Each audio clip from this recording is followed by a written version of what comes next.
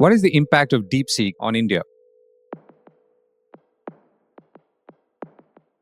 It is perhaps propitious that Sam Altman, founder of ChatGPT, launched in November 22, is visiting India and is in India right now as we speak, possibly drumming up support for his AI model and also to assuage concerns given the increasing number of lawsuits against him and his company. An Indian newswire has joined the flurry of lawsuits in many countries that allege OpenAI has illegally used copyrighted content to train the algorithms that power its popular chatbots. And then came DeepSeek, the Chinese frugal answer to ChatGPT, launched apparently at a cost of just $6 million, and in just a few weeks has kicked up a storm in the global technology community, leading to, among other things, stocks of major tech companies, including, of course, chip maker NVIDIA, taking a battering.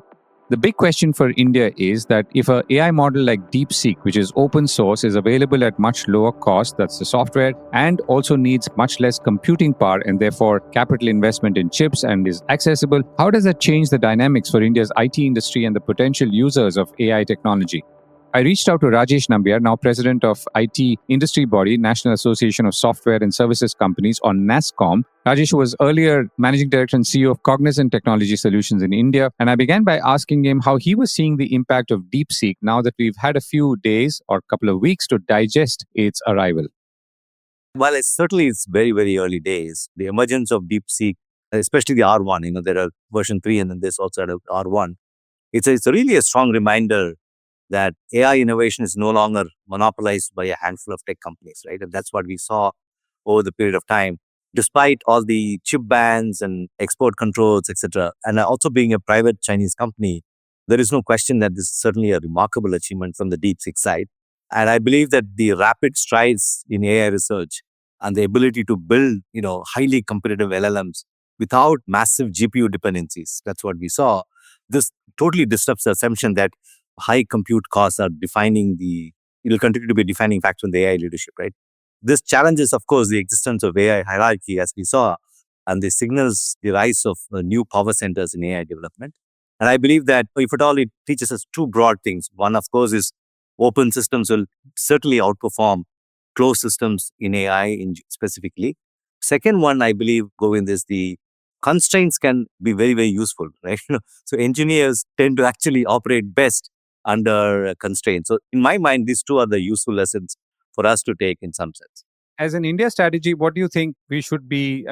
We've been talking about now, or rather there has been a debate about, should we create our own large language models or just build upon other people's large language models?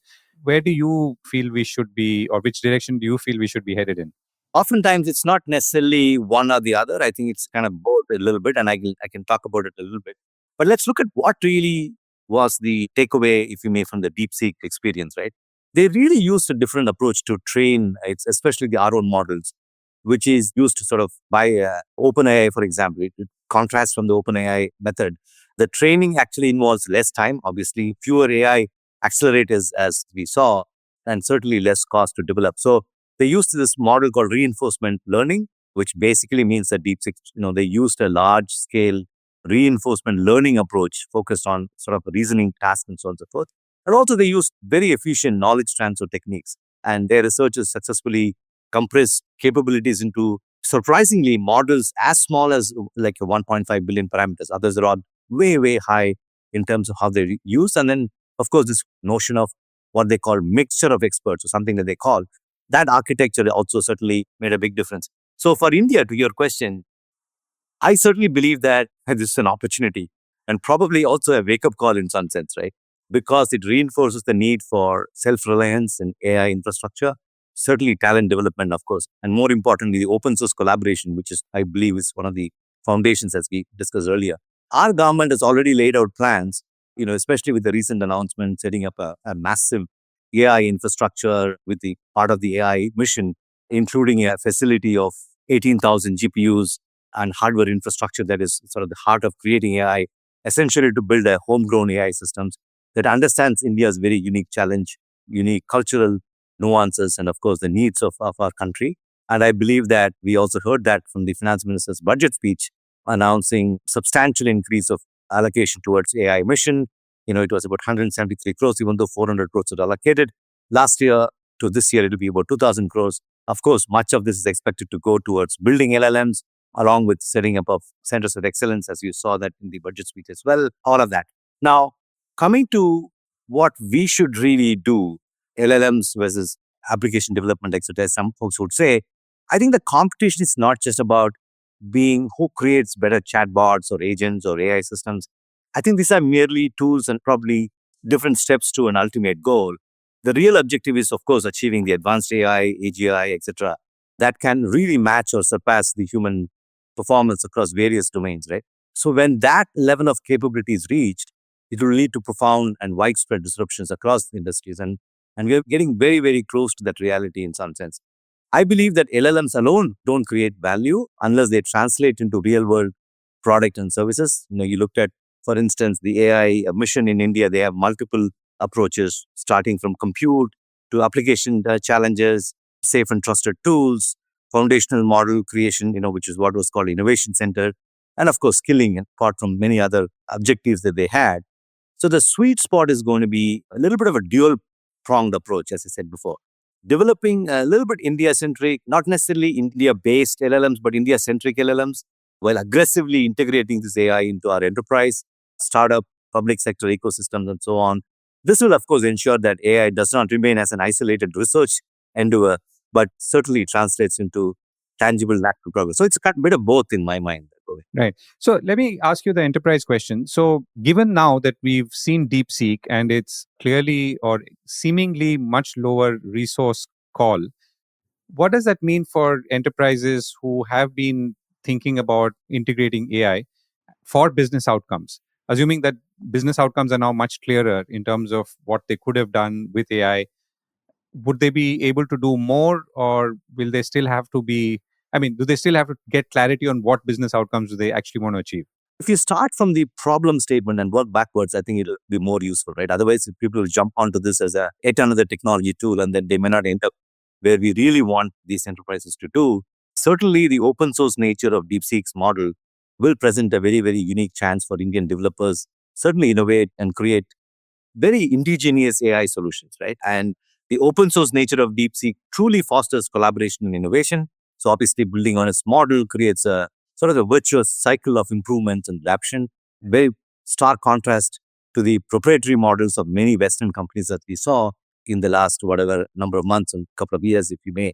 But, DeepSeek just doesn't stop at building a massive, so they built a 671 billion parameter model. They also created smaller, what they call distilled versions, as I said before, smaller models that can run on a laptop or some sort of a basic hardware. This makes very, very big sense for our own startups and small businesses and individuals in India who don't have access to that expensive infrastructure. So unlike many other AI models that focuses on processing data, DeepSeek R1 also prioritizes accuracy and reliability in tasks like math, science, and coding, etc., which are very relevant to our businesses. For our businesses needing high-stake results, this trade-off is very, very invaluable. I mean, I believe that for Indian startups where resources are often limited, but ambitions are very sky high, and this can become certainly a game changer. Startups can integrate this R1 into their products without worrying about hefty costs they need to pay, the API costs they need to end up paying. I definitely believe that this opens doors to creating AI-powered applications, across all segments, whether it's healthcare, education, certainly fintech, and other, even some sort of rural development. I believe that this can certainly make a difference. So, what you're saying is that the transformative power of AI, which may have been visualized earlier, is more likely to be actioned now because it's clearly become more accessible and purely from a cost and resources point of view, at least at this point. Definitely. And as we saw, the Indian AI adoption is actually moving from, it used to be very exploratory in nature in many ways. It will now slowly move to the execution mode where companies no longer just experiment with AI, but they're actively integrating into the business operation. That's where you see the value, right? Customer experience, decision-making, etc. If you're able to deploy some of this, I think they'll start to see the value. A question on open source. Now, open source, we've seen open source over the years, decades actually, in various software counterparts or softwares. Now, what's your sense on open source in general? Now, having used open source or not used open source, I'm sure there are reasons for both. And therefore, how would you see DeepSeek in the open source context or open source in the DeepSeek context? I think the open source was sweeter in many ways. And I believe that the strong open source ecosystem has laid the groundwork for companies to develop what I call homegrown AI solutions tailored to both local as well as global needs, right? But having said that, this journey cannot be undertaken in isolation. And we should be building a collaborative AI ecosystem, one that integrates, of course, investment in R&D, which we should do a lot more, investment in infrastructure and AI expertise with India's established technological strength. And this is going to be very critical for us to truly leverage the open source ecosystem that you mentioned. And conceptually, you feel that open source is a good way to go. I mean, it works, but it also works with some boundaries, isn't it? It is true, but I think now we are talking about open source, which are not necessarily sort of the base model of open source itself, but a little bit of a constraints around open source. So these are not kind of open source that in some parts of the ecosystem we experience, but I believe that, even in some of the models, I won't name them, but even from the Western world, it's not, everything is closed. There are one or two models which are open source as well. Quite honestly, I think even DeepSeek actually use some of the open source available model train fundamentally how they even came to where they are. But that helps. I mean, open source helps everyone. And the more you use, the more it gets benefited. And you're putting more and more into the ecosystem by which everybody benefits, the users as well as people who are creating these open source models. Right. Rajesh, last question. So, what was your first reaction when you heard or maybe experienced DeepSeek? What did you think?